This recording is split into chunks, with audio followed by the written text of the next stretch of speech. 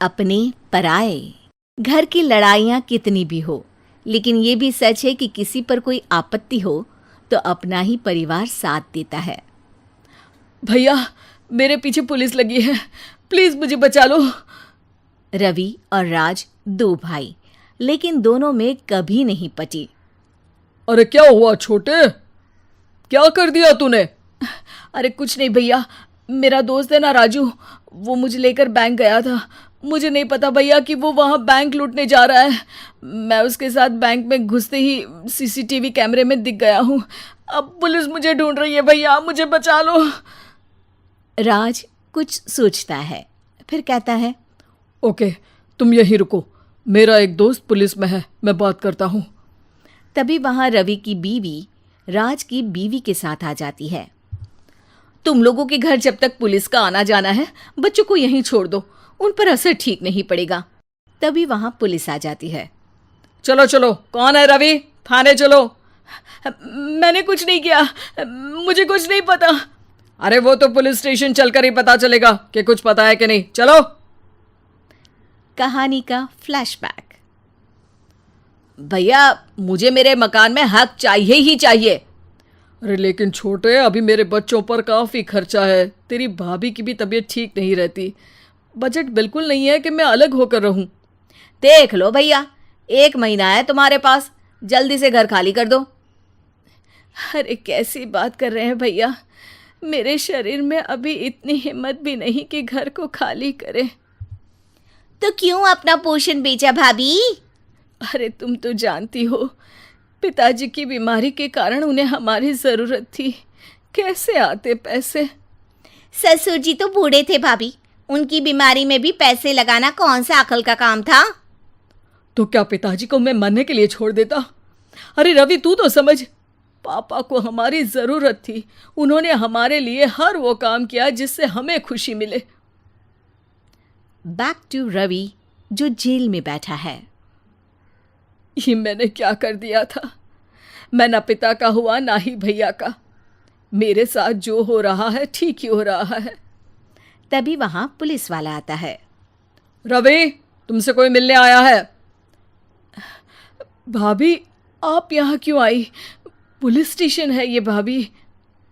भैया, आपकी जगह मेरा भाई होता तो क्या मैं नहीं आती? अच्छा, ये खाना ले लीजिए, खा लीजिएगा। आपके भैया लगे हैं वकीलों और पुलिस वालों से बात करने में, डरने की कोई बात नहीं।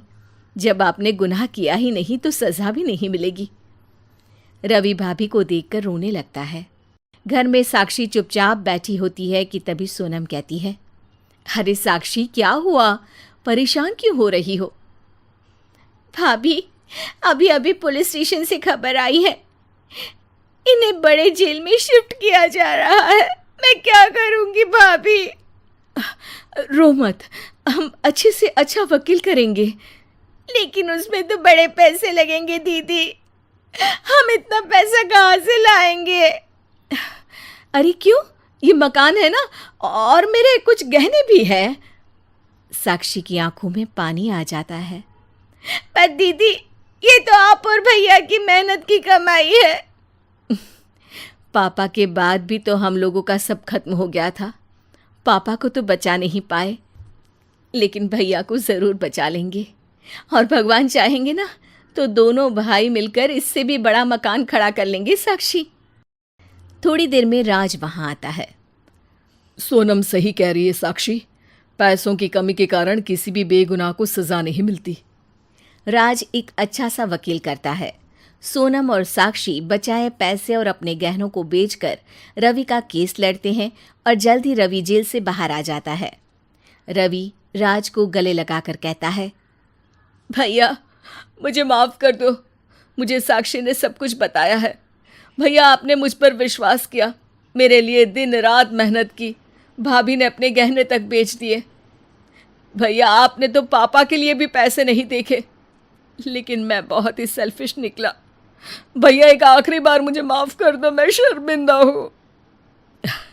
अरे भाई, अपने तो अपने ही होते हैं, पापा ने हमारे लिए क्या नहीं किया ये तुम्हें बताने की ज़रूरत नहीं है मुझे। और फिर तू तो मेरा भाई है, पैसे से बढ़कर रिश्ते होते हैं भाई। 3 दामाद की सास पार्ट 1। कावेरी जी के पति का देहांत हुए काफ़ी वक्त हो गया था। कावेरी जी की 3 बेटियां थीं, ईशा, मोहिनी और सुहाना। तीनों ही काफ़ी होशियार और नौकरी करने वाली थी। लेकिन उन तीनों से कावेरी जी इतना प्यार करती थी कि उनकी शादी की उम्र होने पर भी उन्हें पराये घर भेजने का उनका मन ही नहीं हुआ। अरे तुम तीनों मेरे कलेजे का टुकड़ा हो। जब भी तुम्हारी शादी के बारे में सोचती हूँ ना, बड़ा डर लगता है। सही कहती हो मम्मी, हम भी आपसे बहुत प्यार करते हैं। हाँ, मम्मी पापा के जाने के बाद अब बिल्कुल अकेली हो गई हैं। और मम्मी, अगर हम तीनों शादी करके चले गए तो आपका ख्याल कौन रखेगा?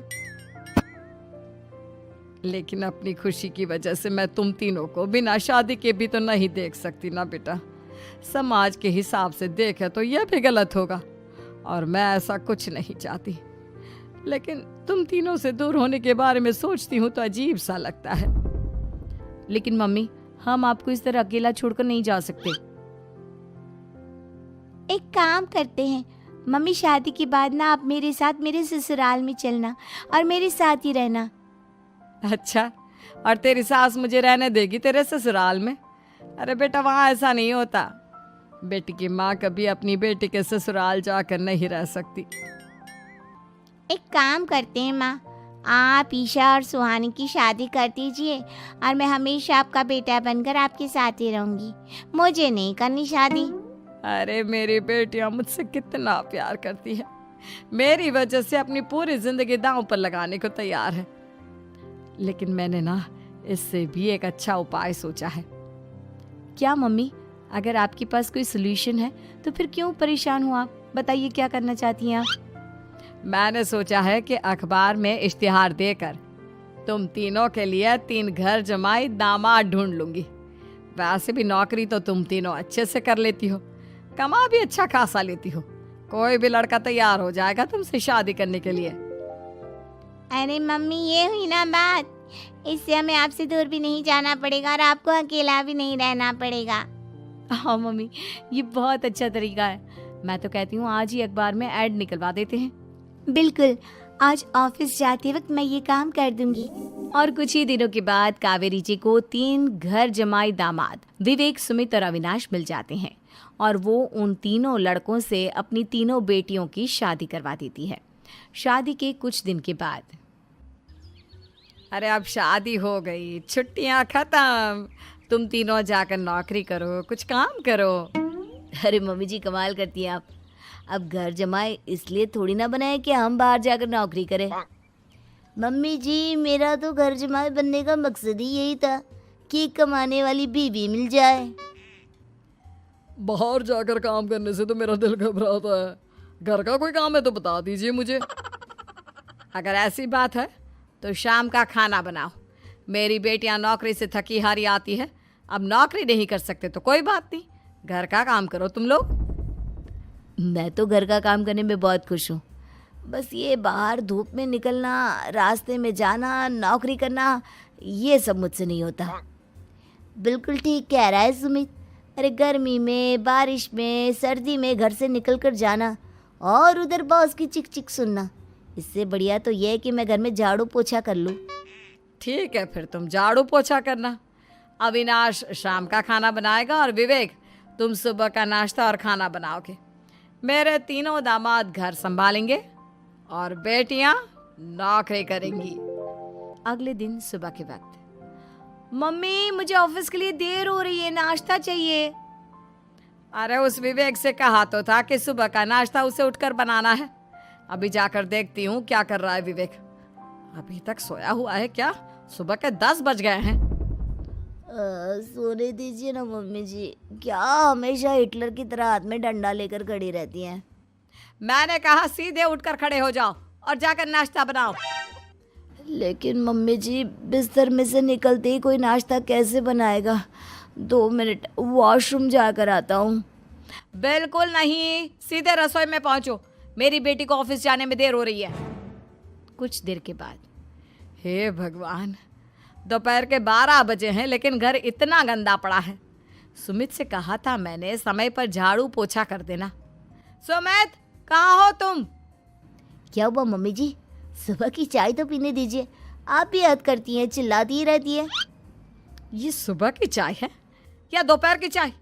अगर तुम 12 बजे उठकर सुबह की चाय पियोगे तो क्या शाम का खाना रात के 3 बजे खाओगे?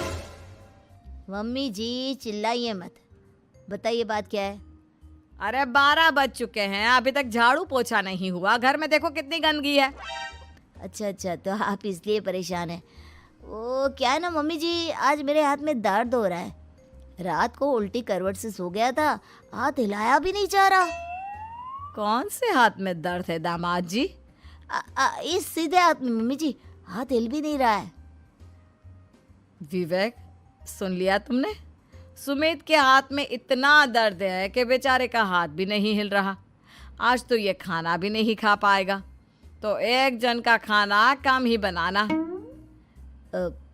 ठीक है मम्मी जी। अरे नहीं मम्मी जी, मेरे कहने का मतलब वो नहीं था। मेरा मतलब है खाना तो खाऊंगा ना। अरे लेकिन कैसे? हाथ तो हिल भी नहीं रहा है। अरे मम्मी जी, आपको ना किसी जेल में जेलर होना चाहिए था। बेकार में हमारी सास बनकर जिंदगी खराब कर रही हैं। अरे लगाता हूँ पोछा।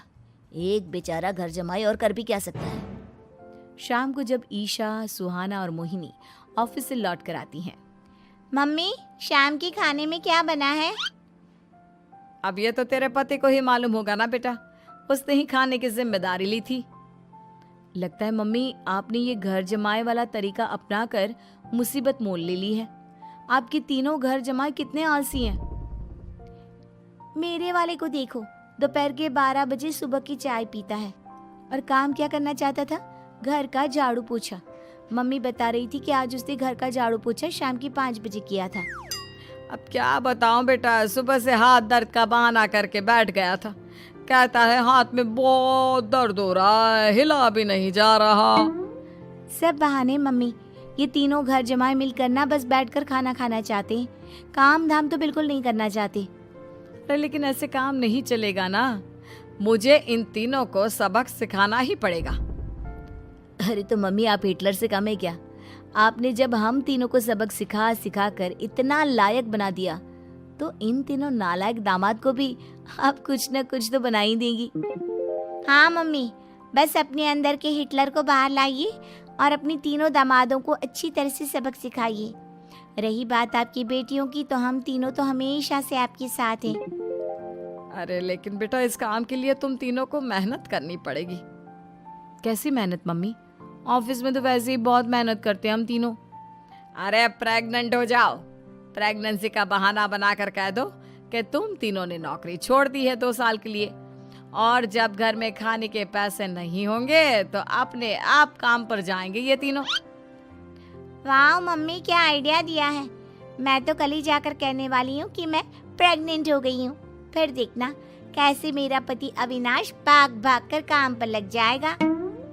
और फिर 2 दिन के बाद, सुमित, मैं ना प्रेग्नेंट हूँ और इसलिए अगले 2 साल के लिए मैंने अपनी जॉब छोड़ने का फैसला ले लिया है। विवेक, पापा बनने वाले हो तुम। अब से ना तुम्हें ऑफिस जाना होगा, क्योंकि मैं तो 2 साल के लिए छुट्टी पर चली गई हूँ। अविनाश, अब तुम्हें जिम्मेदारी संभाल लेनी चाहिए, वरना ये घर कैसे चलेगा। हम दोनों मम्मी पापा बनने वाले हैं।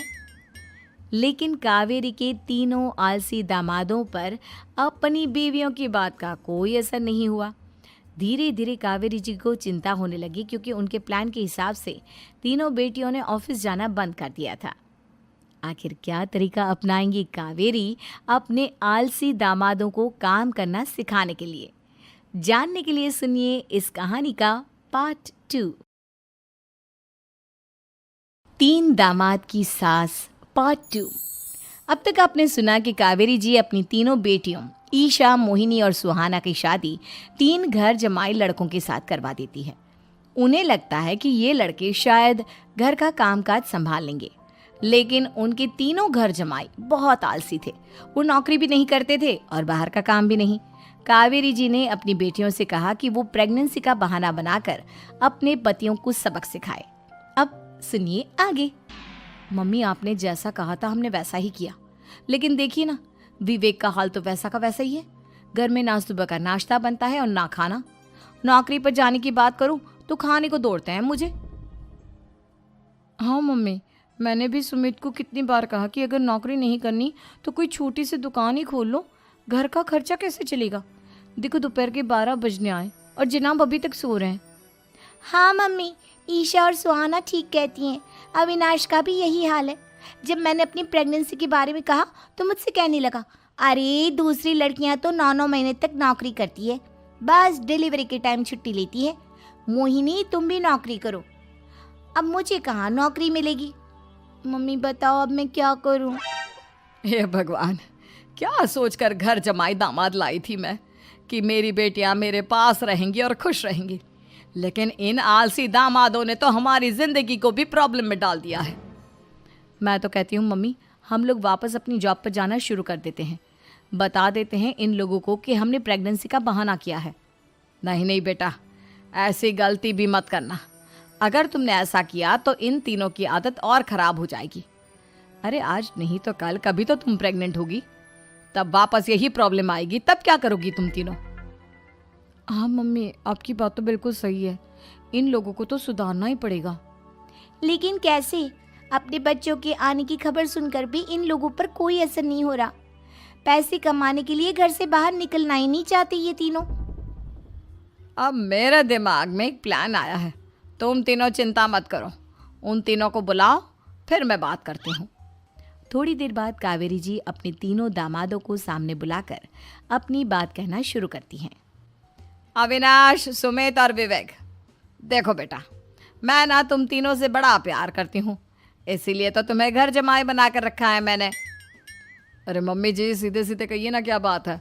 प्यार तो हम भी आपको बहुत करते हैं। अरे मम्मी जी, आपकी इज्जत भी बहुत करते हैं। अरे भाई, आपके जैसी सास और कमाने वाली बीवी सबको मिलती है क्या? हाँ मम्मी, विवेक और सुमित ठीक कह रहे हैं। आपकी बेटी से शादी करके मेरी तो ज़िंदगी ही अच्छी हो गई है। जानती हूँ मैं, और ये भी जानती हूँ कि तुम तीनों अपने अपनी बीवियों से बहुत प्यार करते हो। बेटा, बात ऐसी है कि हमारे कुल गुरु ने कहा है कि प्रेग्नेंट होने के बाद मेरी तीनों बेटियां शुरू के 4 महीने हमारे गांव में जाकर रहेगी, जहां मेरे चाचा जी रहते हैं। अरे लेकिन क्यों मम्मी, गांव में जाकर रहने की क्या ज़रूरत है इन तीनों को? वो क्या है ना बेटा, हमारे परिवार को एक श्राप है। अगर मेरी बेटियों ने यहाँ पर बच्चा पैदा करने की कोशिश की तो उनके बच्चों को कुछ भी हो सकता है। इसलिए अब से लेकर 4 महीने पूरे होने तक इन्हें गांव वाले घर में रहना पड़ेगा। हाँ तो इसमें प्रॉब्लम क्या है मम्मी जी? हम भी वहाँ जाकर रहेंगे, पिकनिक मनाएंगे। अरे भाई, बीवी जहाँ हम भी वहाँ। हाँ यार, आइडिया तो बहुत अच्छा है। शहर की ज़िंदगी में रह रहकर परेशान हो चुके हैं, अब कुछ दिन गांव में बिताएंगे। तुम लोग समझने की कोशिश क्यों नहीं करते? तुम में से कोई भी वहाँ नहीं जा सकता, और मैं यहाँ रहूँगी ना तुम तीनों के साथ। 4 महीने की तो बात है, उसके बाद ये तीनों ही लौट कर आ जाएंगी। ठीक है मम्मी जी, अब हमारे बच्चों का सवाल है तो ये तो करना ही पड़ेगा। कावेरी अपनी तीनों बेटियों को कुछ दिन के लिए घर से बाहर कहीं दूसरे शहर में रहने के लिए भेज देती है। कुछ दिनों के बाद, अरे मम्मी जी, बहुत दिन से पिज्ज़ा नहीं खाया, मंगवाइए ना। क्या बताऊं बेटा, पहले तो बेटियां खर्चा दे देती थी क्योंकि उनकी नौकरी थी, लेकिन अब तो मेरे पास पैसे ही नहीं बचे। थोड़े बहुत पैसे हैं जो बच्चों की डिलीवरी में काम आएंगे। लेकिन मम्मी जी, आपकी बेटियों को वापस आने में तो अभी बहुत वक्त बाकी है। वही सोच सोच कर परेशान हो रही हूँ। सोच रही हूँ कल से दूध भी बंद करवा देती हूँ। अब दूध वाले को देने के लिए पैसे भी तो नहीं है ना। अरे नहीं नहीं मम्मी जी, अगर दूध भी बंद करवा दोगी तो मुझे चाय कहाँ से मिलेगी? और चाय के बिना मैं तो मर ही जाऊंगा। क्या करूं बेटा, इसके अलावा हमारे पास कोई ऑप्शन नहीं है। मेरे पास पैसे ही नहीं बचे। इस तरह कावेरी जी धीरे धीरे अपने तीनों दामादों को पैसे देना बंद कर देती हैं और घर में खाने पीने की चीज़ें लाना भी बंद कर देती है। अब वो तीनों बुरी तरह से परेशान होने लगे थे और इसलिए एक दिन तीनों प्लान करके घर से बाहर निकलते हैं और बाजार में जाने के बाद, यार अच्छा खाना खाए हुए कितने दिन हो गए, पता नहीं कब अच्छा खाना मिलेगा। हमारी बीवियों के जाने के बाद तो हमारी हालत भिखारियों जैसी हो गई है यार। कुछ भी हो, मुझे तो आज पिज्ज़ा खाना ही खाना है। जेब में 1 रुपया नहीं और पिज्ज़ा खाएगा, कहाँ से आएंगे पैसे? अरे देख वहाँ सामने बोर्ड पर क्या लिखा हुआ है, कंप्यूटर पर काम करने के लिए एक आदमी की आवश्यकता है। भाई मैं तो जा रहा हूँ, काम करूँगा और शाम तक पैसे लाकर आराम से पिज्ज़ा खाऊंगा। जा जा, तुझे कोई काम नहीं देने वाला, हम तो घर जा रहे हैं। चल भाई सुमित। सुमित और अविनाश वहाँ से चले जाते हैं और विवेक उस कंप्यूटर शॉप पर सारा दिन काम करके 5,000 रुपये कमा कर घर लौट कर आता है और अपने खाने के लिए अच्छी अच्छी चीज़ें भी लेकर आता है। ये देखकर विवेक और सुमित के दिल में भी कुछ पैसे कमाने की इच्छा जागती है। अरे सुबह सुबह कहाँ चल दिए तुम? मम्मी जी एक बहुत अच्छी जगह मिली है, कंप्यूटर पर काम करने के 5,000 मिले थे कल मुझे। अगर रोज़ काम करूँगा तो पूरे 40,000 की तनख्वाह। अरे वाह, ये तो बहुत अच्छी बात है दामाद जी, आपको जाना ही चाहिए। सुमित और अविनाश विवेक को इस तरह तरक्की करते देखकर परेशान हो जाते हैं और वो दोनों भी काम की तलाश में निकल पड़ते हैं। धीरे धीरे उन दोनों को भी काम मिल जाता है। अब कावेरी के तीनों दामाद छोटी मोटी नौकरी करके अच्छा पैसा कमाने लगे थे। एक दिन कावेरी उन्हें अपने पास बुलाती हैं। अरे वाह, विवेक 40,000 कमा लेता है, अविनाश 60,000 और सुमित तुम भी 40,000 के आसपास कमा ही लेते हो। कुल मिलाकर तुम अच्छे खासे पैसे कमा रहे हो बेटा। हाँ मम्मी जी, बहुत मज़ा आता है जब महीने के एंड में मोटी रकम हाथ में आती है। पूछिए मत मम्मी जी, घर में रहकर रोटी बना बना कर और तो जैसा महसूस होने लगा था मुझे तो। हाँ बेटा, तुम तीनों की बात तो बिल्कुल ठीक है और जानते हो अब तुम तीनों की पत्नियां भी वापस लौट कर आने वाली है। लेकिन मम्मी जी अभी तो उन्हें गए सिर्फ 2 महीने हुए हैं, आपने तो कहा था वो 4 महीने के बाद लौट कर आएंगी। ऐसा कुछ नहीं है बेटा, मैं सिर्फ तुम तीनों को सबक सिखाना चाहती थी कि आदमी घर में बैठकर बीवी की कमाई खाता हुआ अच्छा नहीं लगता। इस दुनिया में हर इंसान को मेहनत करनी चाहिए, काम करना चाहिए, चाहे वो औरत हो या आदमी, ताकि अपने परिवार को संभाल सके। कावेरी की बात सुनकर उन तीनों को अपनी गलती का एहसास होता है और कावेरी उन्हें सच बता देती है कि ईशा, सुहाना और मोहिनी शहर में ही कहीं दूसरी जगह रह रहे थे। शाम के वक्त उन तीनों की पत्नियां लौट कर आ जाती है और कावेरी जी का परिवार एक खुशहाल परिवार की तरह रहने लगता है।